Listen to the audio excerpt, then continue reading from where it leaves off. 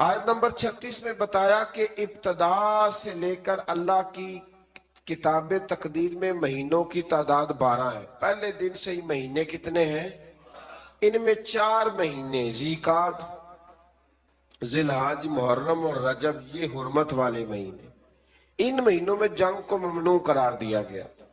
کفار جب ان مہینوں میں جنگ کرنا چاہتے تھے تو ان کی ترتیب میں رد و بدل کر دیتے تھے۔ اللہ تعالیٰ نے فرمایا کہ مہینوں کو مؤخر کرنا کفر میں زیادتی ہے۔ یہ 4 حرمت والے مہینے، معنی کیا ہے کہ ان میں جنگ نہیں کی جائے گی۔ آیت نمبر 38 اور 39 میں فرمایا کہ جب جہاد کے لیے نفیر عام ہو جائے تو سستی نہ کرنا چاہیے، اور جو ایسا کرے گا اس کے لیے عذاب علیم ہے۔ اور تم یہ مت سمجھنا کہ جہاد کا فریضہ صرف تم پر موقوف ہے، تم نہیں کرو گے تو اللہ تمہاری جگہ کسی اور قوم کو لائے گا اور تم کو اس سے بالکل نقصان نہیں پہنچا سکتے۔ آیت نمبر 40 میں سفر ہجرت کے موقع پر غار ثور میں حضرت ابو بکر صدیق رضی اللہ تعالیٰ عنہ کی رفاقت خاص کو ایک شان امتیازی کے ساتھ بتایا ہے، اور اس آیت میں 6 مختلف انداز میں سیدنا صدیق اکبر کا ذکر ہوا ہے۔ آیت نمبر 40 میں اذ یقول لصاحبہ لا تحزن ان اللہ معنا، جب محبوب نے اپنے صحابی سے کہا، جب قرآن مجید نے حضرت ابو بکر کو حضور کا صحابی کہا تو اب جو ان کے صحابی ہونے کا انکار کرتا ہے وہ قرآن کی آیت کا انکار کرتا ہے۔ تو 6 انداز میں حضرت صدیق اکبر کا ذکر کیا، پھر فرمایا کہ اللہ تعالیٰ کلمہ کفر کو پست اور اللہ کا دین ہی سر بلند آئے گا۔ آگے فرمایا جب جہاد کے لیے عام لام بندی کا، صف بندی کا حکم ہو جائے تو پھر جس حال میں بھی ہو تمام وسائل کے ساتھ جہاد میں شریک ہو جاؤ۔ پھر فرمایا کہ منافقین قسمیں کھا کھا کر اور طرح طرح کے بہانے بنا کر جہاد سے بچنے کی کوشش کرتے ہیں، جبکہ سچے مومن دل و جان سے جہاد کے لیے نکل کھڑے ہوتے ہیں۔ مزید فرمایا کہ جہاد سے اعراض برتنا یعنی پہلو تہی کرنا، منہ پھیرنا، یہ وہی لوگ ہیں جن کا اللہ اور قیامت پر ایمان نہیں اور جن کے دلوں میں شک کی بیماری ہے۔ اور فرمایا ایسی تشکیک کے مارے جنگ میں شامل ہو بھی جائیں تو فساد کا باعث ہی بنتے ہیں، ہو بھی جائیں تو پھر بھی یہ کچھ لوگ نکلتے ہیں نا تو نکلتے کہتے ہیں مشکل کام میں یہ ہو سکتا، یعنی ساتھ ایک دوسرے کو بھی وہ کمزور کرتے ہیں۔ فرمایا یہ آپ بھی گئے تو پھر بھی یہ نقصان ہی کریں گے۔ اور مجاہدین کی صفوں میں فتنے اور سازشیں کرتے ہیں، اور یہ لوگ پہلے بھی ایسا کرتے رہے ہیں۔ منافقین کا شعار یہ ہے، طریقہ یہ ہے کہ جب مسلمانوں کو کوئی بھلائی پہنچے تو اس پر کڑتے ہیں، اور اگر مسلمانوں کو تکلیف پہنچے تو خوشی سے کہتے ہیں کہ ہمیں تو یہ نتیجہ پہلے سے پتا تھا۔ اللہ اکبر، اس لیے ہم نے احتیاط سے کام لیا، سوائے اس کے جو اللہ نے ہمارے لیے مقدر کر دی ہے، اور فتح ہو یا شہادت دونوں صورتوں میں ہم ہی کامیاب ہوں گے۔ قرآن مجید فرقان حمید کا 10واں پارہ ہے۔ اللہ تبارک و تعالی نے اس کے شروع میں ارشاد فرمایا کہ کفار پر غلبے کی صورت میں حاصل شدہ جو مال غنیمت ہے اس کا حکم یہ ہے کہ اس کے 4 حصے مجاہدین میں تقسیم ہوں گے، اور جو 5واں حصہ ہے وہ اللہ اور اس کے رسول صلی اللہ تعالی علیہ وسلم کے لیے ہے، اور رسول اللہ صلی اللہ علیہ وسلم کے قرابت داروں میں، یتیموں میں، مسکینوں میں اور مسافروں کے لیے۔ اور یہ کہ اللہ کے رسول کی ثواب دید پہ ہوگا کہ حضور وہ 5ویں حصے میں سے کسی کو کیا عطا کرتے ہیں۔ میرے نبی کریم علیہ السلام نے کبھی بھی کسی شخص سے کسی چیز کا مطالبہ نہیں فرمایا، اور آپ نے سورہ شورا کی وہ آیت بڑی دفعہ سنی ہے کہ جب صحابہ نے عرض کیا تھا کہ یا رسول اللہ صلی اللہ علیہ وسلم کچھ پیش کرنا چاہتے ہیں تو فرمایا لا اسألکم علیہ اجرا، میں تم سے کوئی اجر نہیں مانگتا الا المودۃ فی القربى، ہاں اگر کچھ کرنا ہے تو میرے قریبیوں سے پیار کرتے رہنا۔ لیکن اس پارے کے بالکل ابتدا میں اللہ نے ایک اصول وضع کیا ہے، ایک بات سمجھائی ہے ہمیں۔ وہ بات یہ سمجھائی ہے کہ مال غنیمت جب آئے گا کفار کے علاقے، ان کے مال، ان کے باغات قبضے میں آئیں گے تو 5واں حصہ حضور کی بارگاہ میں پیش کیا جائے گا۔ یہ جو کام ہوتا ہے نا دین کا، یہ ہمہ پہلو کام ہوتا ہے۔ اگر آپ کہیں کہ دین کا کام کرنے والا وقت نکال کے تجارت بھی کرے، کوئی نوکری بھی کرے، تو یہ ممکن نہیں ہوتا۔ نبی کریم صلی اللہ علیہ وسلم اعلان نبوت سے پہلے تجارت فرماتے تھے، لیکن بعد میں تو آپ کو وقت دینا پڑتا ہے نا ایک پورا۔ تو پھر صحابہ کیا کرتے تھے کہ مال غنیمت کا 5واں حصہ اللہ کے حکم کے مطابق حضور کی بارگاہ میں بطور نذرانہ پیش کرتے صلی اللہ تعالی علیہ وسلم۔ آج بھی کچھ لوگوں کو یہ دشواری بہت زیادہ ہوتی ہے، بہت زیادہ، کہ دیندار لوگ جو ہیں ان کی تنخواہیں کیوں ہیں، تراویح پڑھانے والے حافظ کی خدمت کیوں کی جا رہی ہے۔ مجھے پچھلے سال ایک دوست نے بتایا کہ ہم نے مسجد میں اعلان کیا ہے کہ قاری صاحب جو قرآن شریف سنا رہے ہیں تو ان کی خدمت کرنی ہے، تو سارے حضرات اس میں تعاون کریں۔ تو ایک صاحب کہنے لگے جی اب یہ قرآن سنا کے بھی پیسے لیں گے؟ تو آپ یہ اندازہ فرمائیں کہ قوم کا مزاج کس طرح کا ہے، یعنی قرآن سنانے والا پھر حضرت جبریل ہی ہو سکتے ہیں جو نہ روٹی کھائیں گے اور نہ کپڑے پہنیں گے، نہ ان کے بچے ہوں گے، یہی ہو سکتا ہے، پھر اس کے علاوہ تو کچھ ممکن ہے۔ ہاں تراویح کی اجرت طے کرنا منع ہے، لیکن یہ عجیب معمہ ہے نا کہ میں خود روٹی کھاؤں اور میں کہوں کہ وہ فلانا کیوں کھائے، تو یہ معاملہ درست نہیں ہے۔ تو اس میں اللہ نے ایک اصول بیان کر دیا کہ 5واں حصہ تم میرے محبوب کی بارگاہ میں نذرانے کے طور پر پیش کرو، پھر میرے محبوب کی مرضی ہے وہ رشتہ داروں پہ خرچ کریں، قریبیوں پہ خرچ کریں، یا حضور کا جہاں دل کرے حضور سے خرچ کریں۔ اللہ تعالیٰ توفیق عطا فرمائے۔ آیت نمبر 42 کے اندر بتایا کہ میدان بدر میں مسلمان مجاہدین کی زمینی پوزیشن کفار کے مقابلے میں بظاہر کمزور تھی، یعنی مسلمانوں کی زمین کا نرم ہونا، پانی کی قلت اور مال و اسباب کی قلت مسلمانوں کی کمزوری کی ظاہری علامت تھی، جس کی وجہ سے مسلمانوں کے دلوں میں خدشات پیدا ہو رہے تھے۔ اللہ تعالیٰ نے اپنی حکمت بیان کرتے ہوئے فرمایا کہ یہ اس لیے ہوا کہ اللہ تعالیٰ اپنے طے شدہ فیصلے نافذ کر دے۔ کئی دفعہ اللہ آزمائش میں اس لیے ڈالتا ہے کہ اللہ کچھ فیصلے کرنا چاہتا ہے، یعنی ظاہری کمزوری کے باوجود مسلمانوں کو غلبہ اور فتح مقدر کر دے، اور اللہ تعالیٰ جو فیصلہ فرماتا ہے پھر وہ نافذ ہو کے رہتا ہے۔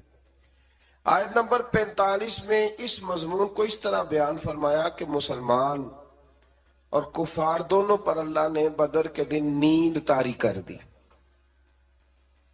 کفار مسلمانوں کو خواب میں کم تعداد میں دکھائے گئے تاکہ مسلمانوں کی ہمت بندی رہے۔ مسلمانوں نے خواب دیکھا تو انہیں خوابوں میں کافر تھوڑے نظر آئے تاکہ ان کی ہمت بندی رہے، اور اسی طریقے سے کفار نے بھی خواب دیکھا تو انہیں بھی مسلمان کم تعداد میں دکھائی دیے۔ یہ بھی اللہ کی مشیت کا تقاضا تھا کہ کہیں وہ میدان چھوڑ کے بھاگ ہی نہ جائیں۔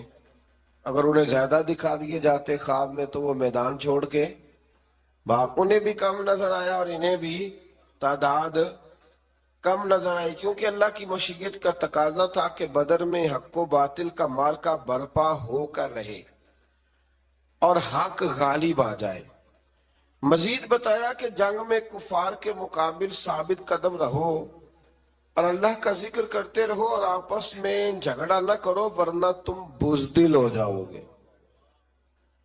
مسلمان قوم اس وقت بزدل ہوتی ہے جب آپس میں جھگڑا کرتی ہے، اور تمہاری ہوا اکھڑ جائے گی اور کافروں کی طرح اپنی طاقت پر اتراؤ بھی نہ اور دکھاوا بھی نہ کرو۔ مزید بتایا کہ شیطان کافروں کو فتح کی بشارت دیتا رہا اور اپنی حمایت کا یقین دلاتا رہا، لیکن حق و باطل کے مقابلے کا وقت آیا تو وہ پھر الٹے پاؤں بھاگ گئے۔ بہت سارے لوگ ہوتے ہیں جو کہتے ہیں آپ چلیں میں آپ کے پیچھے ہوں، تو جب پیچھے دیکھو تو پھر موجود وہ کہتے ہیں تو لڑائی کر، تو فتنہ کر، میں تیرے پیچھے ہوں معاذ اللہ، لیکن پھر وہ پیچھے یہی حال بدر میں کافروں کے ساتھ شیطان نے کیا۔ آیت میں منافقین کے اس حاسدانہ قول کا ذکر ہے کہ جب مسلمانوں کی ہمت اور جرت کو دیکھا تو کہنے لگے ان مسلمانوں کو ان کے دین نے مغرور کر دیا ہے۔ آپ چپ کر کے پیچھے بیٹھ جائیں تو لوگ بزدل کہتے ہیں، اور اگر آپ تگڑے ہو کے میدان میں آ جائیں تو کہتے ہیں ان میں غرور آ گیا ہے۔ تو لوگوں کا مزاج یہ ہے کہ وہ ہر بات کو غلط رنگ دیتے ہیں۔ اللہ تعالی حق بات کہنے کی، سمجھنے کی اور بیان کرنے کی توفیق عطا فرمائے۔ آیت نمبر 53 میں اللہ نے ایک قانون قدرت بیان کیا۔ آیت نمبر 53، نوجوان ذرا زیادہ غور کریں، یہ سورہ انفال کی آیت نمبر 53 ہے، 53۔ آیت نمبر 53 میں ارشاد فرمایا کہ اللہ کبھی بھی اس قوم کی حالت نہیں بدلتا جو اپنی حالت خود بدلنے پر توجہ نہیں دیتی۔ اٹھ باندھ کمر کیوں ڈرتا ہے، پھر دیکھ خدا کیا کرتا ہے۔ آپ بھی تو ہمت کریں نا۔ وہ کسی نے کہا تھا نا، خدا نے آج تک اس قوم کی حالت نہیں بدلی، نہ ہو جس کو خیال خود آپ اپنی حالت کے بدلنے کا۔ اللہ نے یہاں قانون دیا تو نوجوان یاد رکھیں کہ غریبیوں کا رونا رونے سے کام نہیں بنتا۔ جو لوگ بیٹھ کے روتے رہتے ہیں کہ اب میں کیا کروں، کدھر جاؤں، تو ان کا کچھ بھی نہیں، آگے بڑھیں، ہمت کریں۔ جب انسان ہمت کرتا ہے تو پھر اللہ اس کی مدد بھی فرماتا ہے۔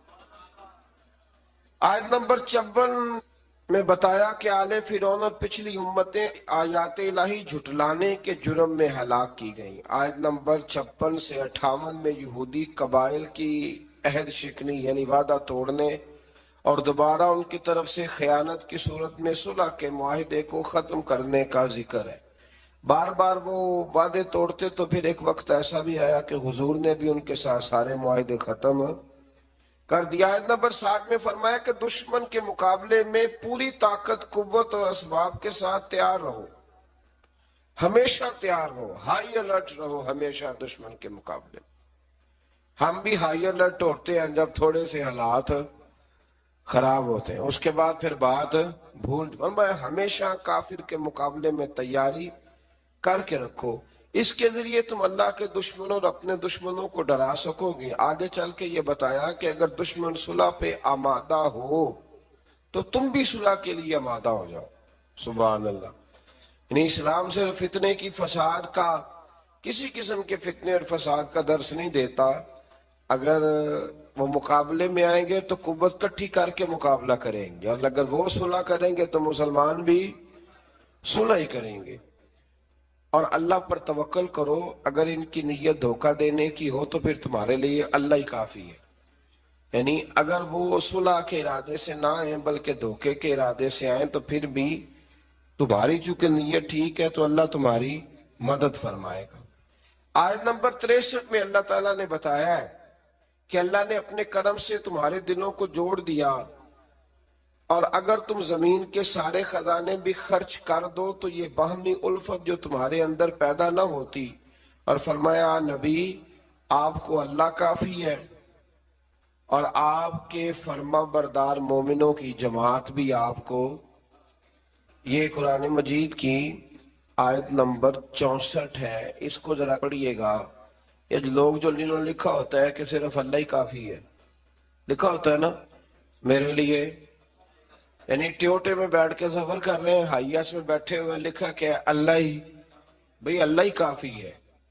لیکن اس کا مطلب یہ نہیں کہ باقی کسی اور کی، جن کو اللہ نے پیدا فرمایا، جنہیں اللہ نے قوتیں دی۔ یہ آیت دیکھیے، ارشاد فرمایا یا ایھا النبی حسبک اللہ، اے نبی آپ کے لیے اللہ کافی ہے۔ اور ساتھ فوراً ہی آگے بیان فرمایا، فوراً وَمَنِ اتَّبَعَكَ مِنَ الْمُؤْمِنِينَ، اور جو آپ کی اتباع کرنے والے مومن ہیں وہ بھی آپ کے لیے کافی، مومن بھی اور اللہ بھی۔ تو جب اللہ نے ساتھ مومنوں کا ذکر فرمایا، اور یہ نازل کب ہوئی؟ جب حضرت عمر فاروق نے کلمہ پڑھا، اس وقت یہ نازل ہوئی، کہ محبوب اللہ بھی کافی ہے، اور یہ تیرے غلاموں کی جو 40 کی تعداد بن گئی، اب انشاءاللہ ہر میدان میں کامیابیاں مسلمانوں کے حصے میں آئیں۔ اسی طرح سے آیت نمبر 65 میں نبی کریم صلی اللہ علیہ وسلم کو حکم ہوا کہ مومنوں کو جہاد پر ابھاریے، تیار کیجیے۔ اللہ تعالیٰ 10 گنا تعداد پر مشتمل کافروں پر فتح عطا فرمائے گا۔ پھر بعد میں جب مسلمانوں میں کمزوری آئی تو فرمایا اللہ تمہیں دشمنوں کی دگنی تعداد پر فتح فرمائے گا۔ آیت نمبر 72 میں بتایا کہ جان و مال سے اللہ کی راہ میں جہاد کرنے والے مومنین، مہاجرین اور انصار صحابہ کرام ایک دوسرے کے دوست ہیں۔ جہاد کرنے والے جانوں اور مالوں سے یہ ایک دوسرے کے دوست ہیں، اور یہی سچے اور پکے مومن ہیں، اور ان کے لیے مغفرت ہے اور عزت والی روزی ہے۔ اسی طرح کفار بھی ایک دوسرے کے دوست ہیں۔ ہجرت سے پہلے اور بعد کے مسلمان ہونے والوں کے حقوق اور درجات میں فرق کا باوجود جنہوں نے پہلے کلمہ پڑھا ان کا درجہ اونچا ہے، اور جنہوں نے بعد میں پڑھا ان کا درجہ اونچا ہے، لیکن اس کے باوجود اللہ تبارک و تعالی نے سب کے ساتھ خیر کا وعدہ فرمایا ہے۔ اس سے آگے سورہ توبہ کا آغاز ہوتا ہے۔ سورہ توبہ قرآن مجید کی وہ سورہ مبارکہ ہے جس کے آغاز میں بسم اللہ شریف نہیں ہے۔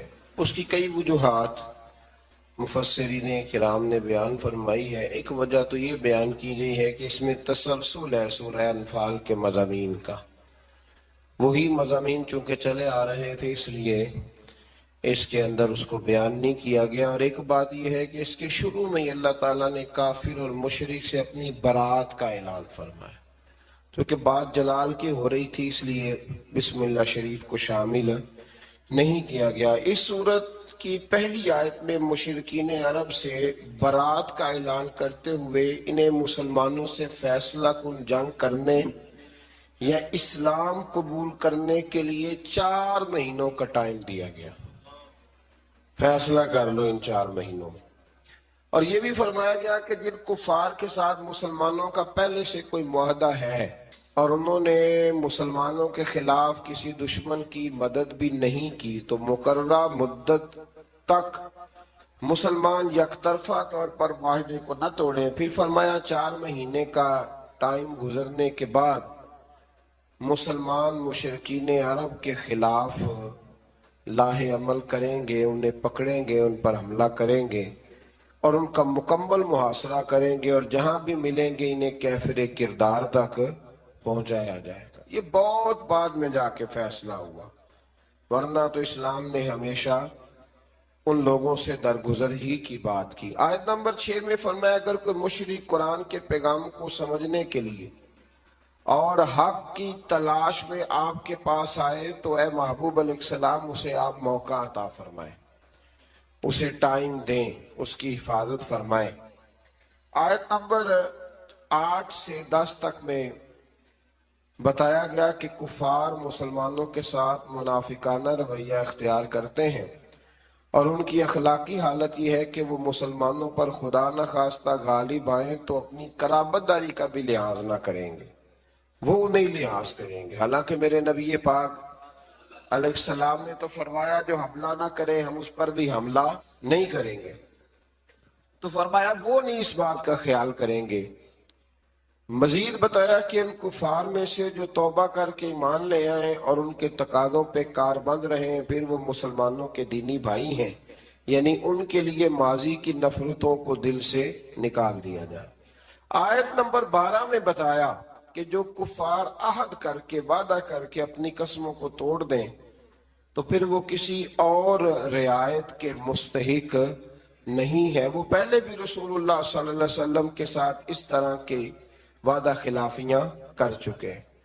آیت نمبر 16 میں بتایا کہ مسلمانوں پر آزمائشیں آئیں گی تاکہ سچے مومنوں کا کردار کھول کے سامنے آ جائے۔ آیت نمبر 17 اور 18 میں بتایا کہ کافروں کا شعار مسجد بنانا نہیں، یہ تو ان لوگوں کا کام ہے جو اللہ پر اور قیامت کے دن پر ایمان لائیں اور نماز قائم کریں اور زکوٰۃ دیں اور اللہ کے سوا کسی سے نہ ڈریں۔ آیت نمبر 19 میں فرمایا کہ حاجیوں کو پانی پلانا اور مسجد حرام کی تعمیر اگرچہ اچھے کام ہے، لیکن اللہ تعالیٰ اور یوم آخرت پر ایمان اور اللہ کے رستے میں جہاد کے برابر یہ کام ہو سکتے نہیں۔ ہجرت اور جہاد کرنے والے مومنوں کے لیے اجر عظیم ہے، اور صرف یہی لوگ کامیاب ہونے والے ہیں۔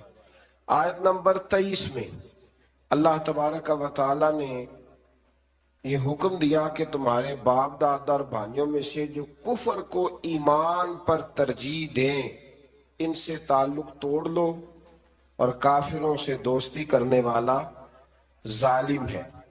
پھر اس سے آگے جو آیت ہے نا سورہ توبہ کی، اس آیت کریمہ میں تو اللہ تبارک و تعالی نے ہر چیز کو کھول کر بیان فرمایا اور بڑی وضاحت کے ساتھ، شرح و بسط کے ساتھ اس مضمون کو بیان کیا ہے کہ مسلمان نے ہر چیز سے بڑھ کر نبی کریم علیہ السلام سے محبت کرنی۔